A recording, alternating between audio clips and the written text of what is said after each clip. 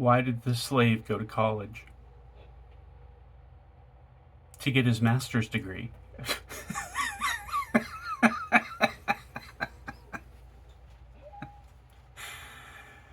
I don't care if I offend you.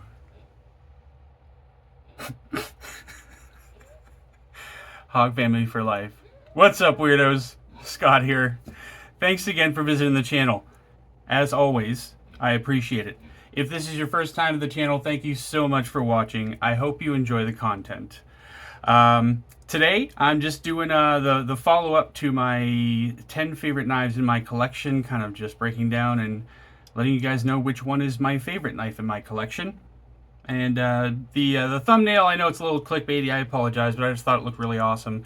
And I wanted another chance to show off my my Hinderer XM18, which I just got back from my buddy Ian. I would have showed you guys last time when I was showing off my XM24, but I didn't have it. My buddy Ian was fondling it at the time, so now I have it back. I figured I'd slip it in the video just for a second, just to see what it feels like. And that's why I used it for the thumbnail. So kind of like the honorable mention thing with the Evo 3.0 before when I did that. So anyway, before I forget all the other shit, Instagram, do me a favor, follow me on Instagram. Let's underscore do it up, LETS underscore DOITUP on Instagram. If you want to send knife or knives into the channel for review, send me an email at letsdiu79@gmail.com. letsdiu79@gmail.com. What else did I forget? I think that's everything, guys. I don't know. I know the joke wasn't that good today, but I figured, what the hell? I didn't feel like taking the time to look up any better ones. So, again, I wanted a chance to show off my XM18. I think that this is, I mean, this certainly falls under the category of one of my favorite knives in my collection. Very, very beautiful battle blue anodized hardware, and the lock side is battle blue as well, which I absolutely love.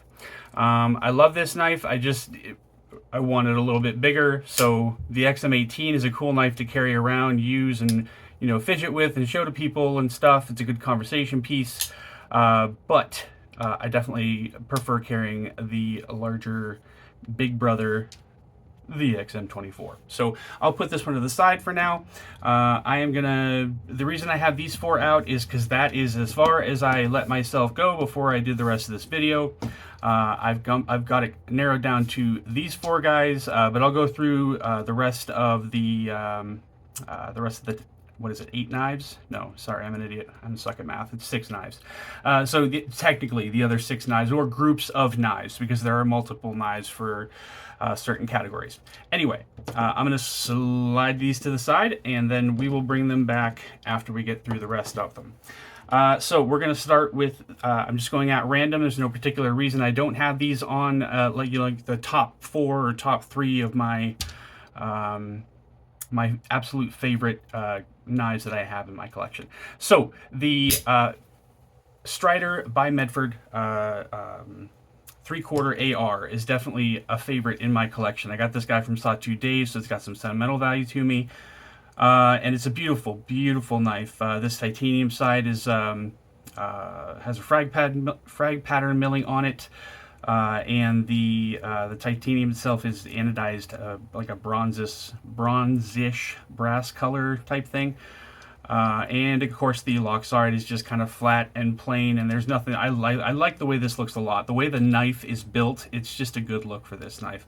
And also the see-through pivot there is really, really cool. This is the only knife that I have that has a see-through pivot. There's no milling on this guy. It's a little bit heavy, but it's just a fucking cool knife to have. It's a conversation piece. Somebody sees this, you whip this out to open a box or something, and somebody sees it, and like, that's a really nice knife. But this one definitely is not in the top 2 or 3 of my collection. Next, we're going to go with the Nadeau Sharp by Design Typhoon, Evo Typhoon. What did I want to say? It's because I was just talking about the Evo 3.0. That's why. That always mixes me up. I don't know why, but it does. So anyway, this is a really cool knife that I'm always going to cherish having in my collection. Probably some others that he comes out with. I love the way the scales look. I love the fact that it's not too heavy. The scales are full titanium, but they're also milled out on the other side to make pockets for these inlays. So there's a little bit of milling here, even though there isn't any on the inside. The build on this is just completely minimal. There's a pivot screw here, and then there's another screw that goes through for the pocket clip. That's it. And that is just absolutely brilliant for me. It makes it easier to take apart and maintenance this knife. Also, the pocket clip is made out of titanium. Not my favorite thing in the world, but it's okay. I really love Nadeau's ramp detent system. I really do. I like the way it feels better than a general, ball and socket sort of thing. Detent. I don't know why. It feels a little bit different. It's a little bit smoother. It's a little bit more consistent, and it feels nice. But I definitely don't think that this is my favorite knife in my collection. Next is going to be the Paramilitary 2. So I have 4 of these. I showed those on the last video that I did. These are just my carbon fiber collection, I guess you would call it, of my Paramilitary 2s, which I absolutely love. The bottom 2 are going to be my special blades. Why do I always fail that one? My Warncliffe Paramilitary 2 and my Tanto Paramilitary 2. Jesus, I think I'm going to have to oil that again. Been a while since I've taken these apart and just done maintenance on them or anything like that. But my Paramilitary 2s, everybody knows on this channel, if you've been watching for a while, I love the Paramilitary 2.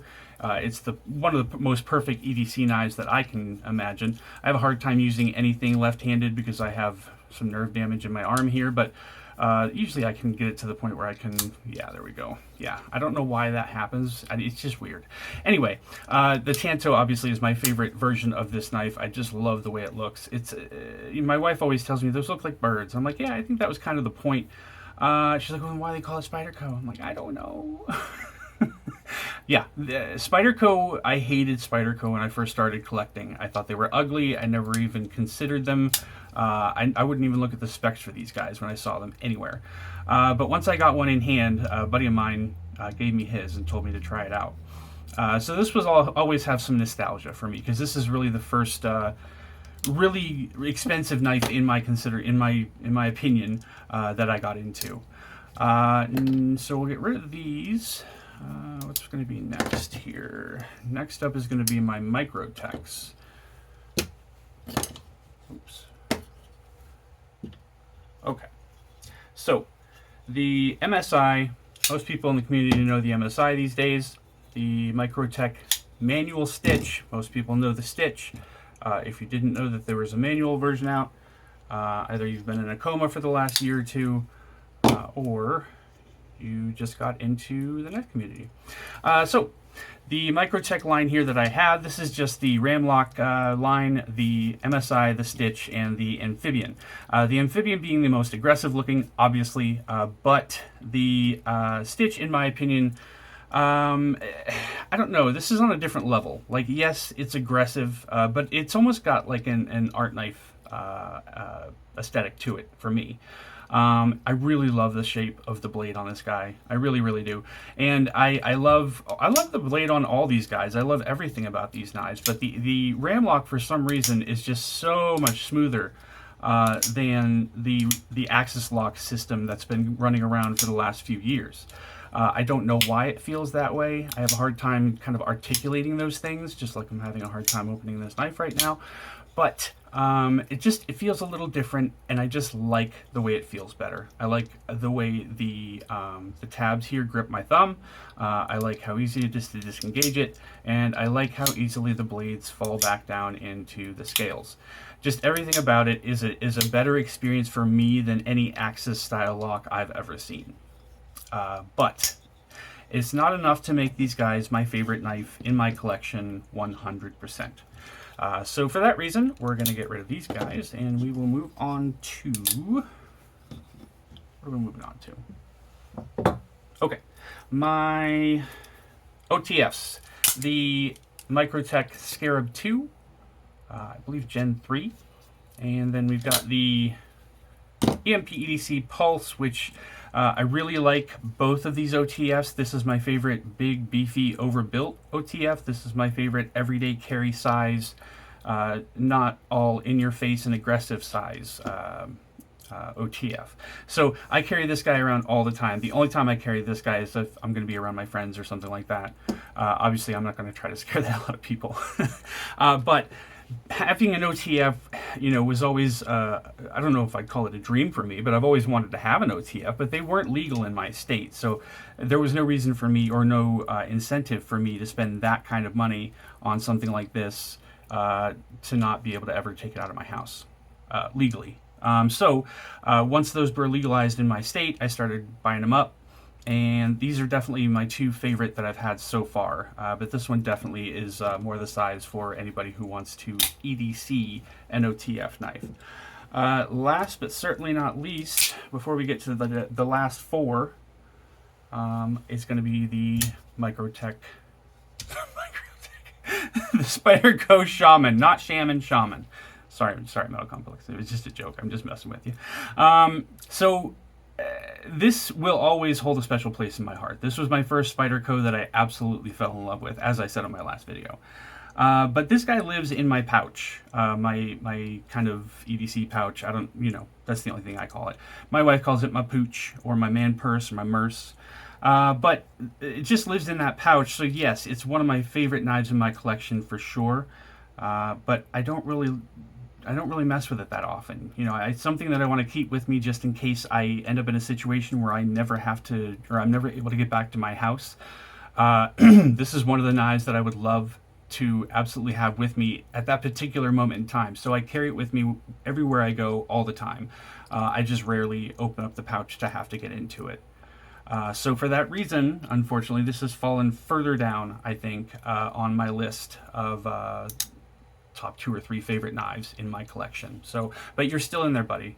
You always will be, I promise. Okay, down to the last 4. We've got the REEVE Umnumzaan. I believe that stands for the boss in, I can't remember what language they use in South Africa. So the BERG Blades Barber, the button barber, which is definitely my favorite barber of all time, although that's the only one I've ever handled, so take that for what it's worth. I do love this knife though. It's so fidgety. Okay, I'm sorry, I can't do that. And we have the Hinderer XM24, which I showed you the 18 earlier, and I also want to keep the MANGANAS steel CHAIMANO on the list for now. I'm just going to kind of compare and contrast the things that I love most about these knives, and I'll let you guys know once I get to the point where I have a decision. So as far as this is the reigning king of my collection, has been for ever since I've gotten it, really. I think I got it, and then like 2 weeks later I posted a video that, you know, even though I just got this knife, it's my favorite knife in my collection. I absolutely love it. I'll never get rid of it. So glad to have it. And it's been there ever since, at least a year ago, maybe a year and a half, I don't know. But this one may be dethroned during this video. Who knows? We'll see what happens. But I am going to close these up and then just kind of show them individually, one at a time. I'll start with the CHAIMANO. The reasons that I love this knife are that it's made by a buddy of mine, first of all, or well, designed by a buddy of mine, first of all. It was made by REEVE. I'm sorry, Jesus. My brain is not working as well as it normally does today. I apologize. It was made by Kaiser, which was a surprise to me. I had expected it to be made by REEVE just by what it looked like. I would have expected it. But I had already been told that it was made by Kaiser, so I was really surprised by that. I love the geared backspacer here. I love the way he has the titanium finished, although my buddy Pete, he sent me a video of his. I think he has 2 now. So he liked the bead blast on the titanium. It's very snaily, you know what I mean? It's got a lot of tracks, and anything that touches it basically is going to make a little bit of a track on this. So then if that gets too bad, like right here, for example, If that gets too bad, then you have to send it off to be re-bead blasted or just live with it. My buddy Pete, he sent his off and got his kind of polished to just a very lightly reflective polish, and it's absolutely gorgeous. I think it's really, really nice as well. But as you can see, the action on this guy is fantastic. You can flip it open with the reverse flick, no problem. It rocks open with the thumb flick. The flipper tab works fantastic. And the blade, as you can see, is absolutely gorgeous. Just the way they ground this compound ground, hollow here, flat here. Is that flat? Yeah, that's flat. You've got a big old swedge here that comes up to a poon. Big opening hole or blade window, whatever you want to call that. Nice texturing on the lock bar. Very nice natural micarta inserts on the titanium scales. And you have T8 hardware on everything except for the pocket clip, which is not, or I'm sorry, which is reversible, which is nice. So this is a truly ambidextrous knife. It's not terrible to use a frame lock when you're left-handed. It's a little bit more awkward for me to do than it would be if somebody else, you know, if I was left-handed. But it's still very easy, I would think, for normally left-handed people to do that. As far as the aesthetics of this knife, the way it works, it's such a smooth working knife. Absolutely effortless to get that to fall back into the handle. The D10 is tuned perfectly, in my opinion. Nice jimping up here on the thumb ramp, and just plenty of places to you know, move around on this knife with your thumb. You can choke back just a little bit to get some nice control cuts, that sort of thing, and you can also choke up on it nicely. So very easy knife to manipulate, to maneuver. I really enjoy it. But I'm going to have to say that I enjoy it more for sure than the Umnumzaan. I'm sorry. I don't know that I enjoyed it more than the Umnumzaan for sure. So I'm going to keep the Umnumzaan here, and I'm going to take the CHAIMANO off. And I kind of feel like I may or may not be kind of on the fence about these two as to whether or not I like them more than the Umnumzaan. So that kind of just hit me for a second. Yeah. I think, you know, I kind of feel like this...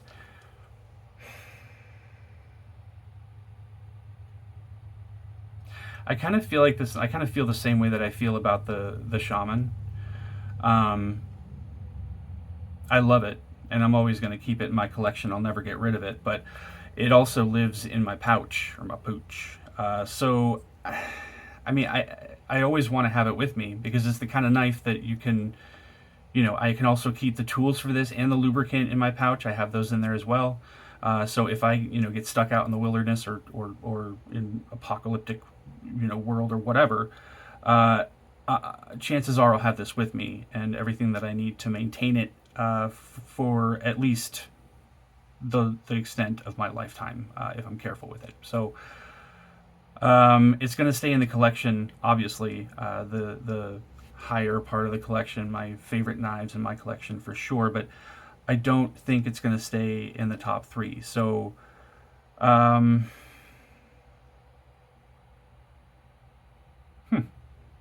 I guess I never really considered that possibility. So I guess I'm going to bring the CHAIMANO back in for a second, but well, there's no point.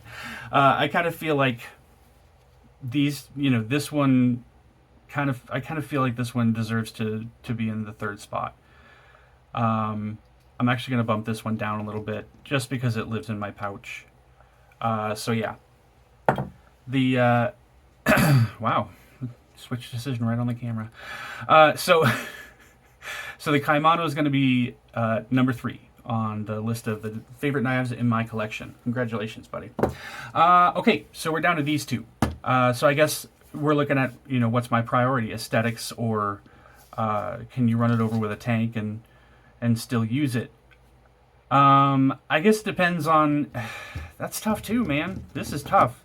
Because I really want to pick this one. But I kind of feel like a lot of people would consider it pocket jewelry, and that's not why I want to pick this one as my favorite. It's really not. It's just the size of it is perfectly sized for everyday carry. It's not too big. It's not overwhelmingly big. Yes, it's an aggressive looking blade for sure.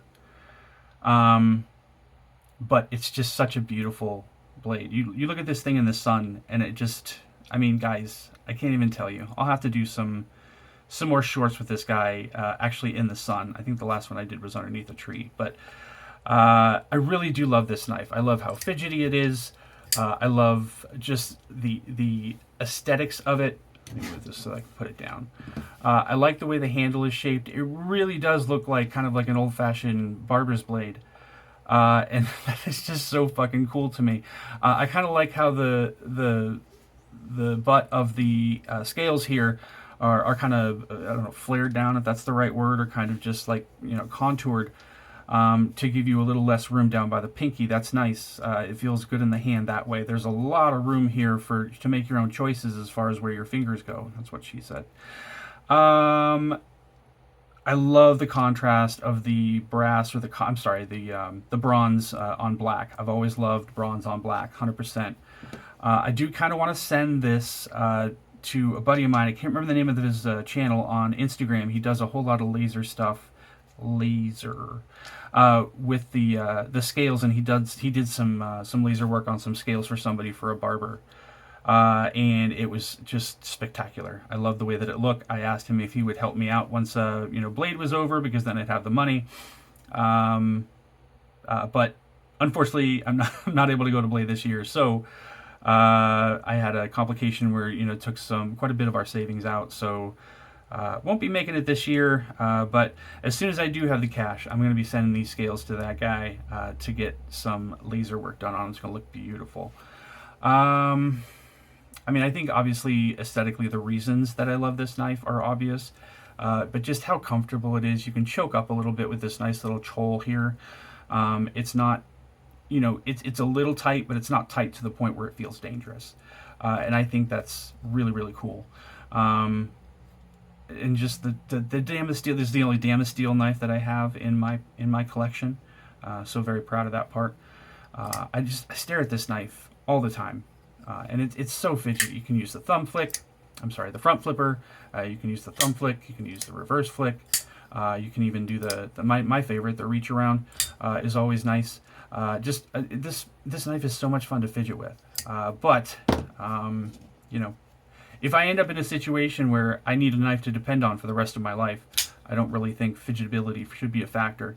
It was up until about 10 minutes ago, but I don't know. I mean, if I'm really picking my favorite knife in my collection, it's because I think the world is headed in a particular way right now, and I think you guys all know which way that direction is, in my opinion. We're going straight to hell right now, and we need to do something about that. But that's for the other channel. God, I love this knife. It's so awesome, and I love the way it looks now that I've adjusted the hardware. I've gotten some not custom, but I got some aftermarket hardware from Rick Hinderer. I don't know why I can't remember the word aftermarket. From Rick Hinderer's ranch, they do these extra barrel spacers. You've got the screws, you've got the back pins, you've got the pivot screw, which right now is a little dinged up. I loaned it to a buddy of mine, and he might have forgotten to put like a rag or something on the inside of the slot there where you use the screwdriver. Not a big deal. It's not the end of the world. Don't worry, dog. I'm mad at you. And then you've also got the over travel stop. It looks really cool with this contrast. I really, really like it a lot. And you guys know, if you're watching this channel, if you're in the knife community, if this is your first time watching a knife video, this is a very, very high-end production knife. It's going to cost you around $600 for this version. The smaller version, the XM18, this is going to cost you starting baseline $425. Yes, that's very, very expensive. But if you look at the way that these knives are built, if you feel them in your hand, and you can test it. You can test it. I'm an idiot. I've tested it. I've used it for rope cutting, excuse me, leather and plastic tubing, rubber tubing, just all kinds of different stuff I've cut through with this guy, and it's just plowed through all of it. Obviously, it's a big, thick knife. The way this is put together, you could run this over with a tank. You could drop it from a goddamn airplane. Chances are it will still perform as good as it did before you did whatever it was that you did to it. That's what I really love about this knife, is just how, you know, I don't want to say overbuilt, because it's not necessarily overbuilt. It's definitely, it's thick. I love how thick it is. I really, really do. That's what she said. So, but it fits in my hand really, really nicely. I have big fucking bear paws, and it's a big ass knife. Most people's hands, this thing is going to be way too much. That's what she said. So this is my preference as far as size is concerned. That's what she said. So a lot of people are going to be like, you know, well, an XM24 is too much for me. And I 100% understand that and agree with that. And wholeheartedly, you know, I support you. But my hands are too big to be carrying around something. I mean, I'm not saying the XM18 is small. But just the way that it fits in my hand, I mean, it just disappears. You can't see it anymore. I mean, obviously on the other side you can. And I have plenty to hold on to here. There's nothing bad about the XM18. I just like the 24 better. That's all. Plus, I think it's hilarious that it looks like a huge member. I think that's really funny, too. You'll never unsee it. Okay, so I don't know. Gosh. As capable as this knife is, and it is. I mean, you can see the blade stock thickness on this guy. It might even be thicker than 187 thousandths. I'm not. Let me look, because that's going to bug me now.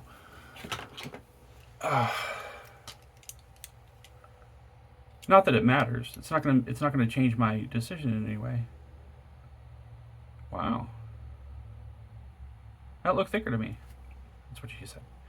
156 thousandths. So a little bit thinner than an XM24, but still massively thick. You know, you're not talking about TRM atom thickness here. Love the way they did the jimping on the little thumb flipper tab thing there. And I love the way the Damasteel looks. Absolutely love it. But I also love the way that this looks. This is just as beautiful to me in some ways as this. I don't know. I guess based on survival and survival alone, if it's the only knife that I ever have in my possession again, well, shit. I don't know. It's probably going to have to be this one, but I really want it to be this one. But I mean, honestly, if the world were come to an end, or I end up in a situation where I'm, you know, possibly going to die, I would rather have this guy with me than this guy, because especially, you know, I keep the hardware for this guy in my pouch, in my pooch as well. So I've also got the extra hardware, the PBWs, and I believe they use Teflon washers, Teflon or nylon, I can't remember, but there's the washers and all that. So that's also in my little pooch. So, you know, I could do anything interchangeably with my knives that I needed to. I guess so. Ultimately, the knife that I'm going to keep at the top of my favorite knives in my collection, the list of the favorite knives in my collection, is going to be my XM24 for the time being. So there you guys have it. I hope you enjoyed the video. If you did, please like and subscribe. I'd really appreciate that. You guys know what to do. I don't know why I always keep saying that. But yeah, please support the channel. Keep watching. Make sure you like the videos. Subscribe to the channel. Stay up, weirdos. Take it easy. Bye.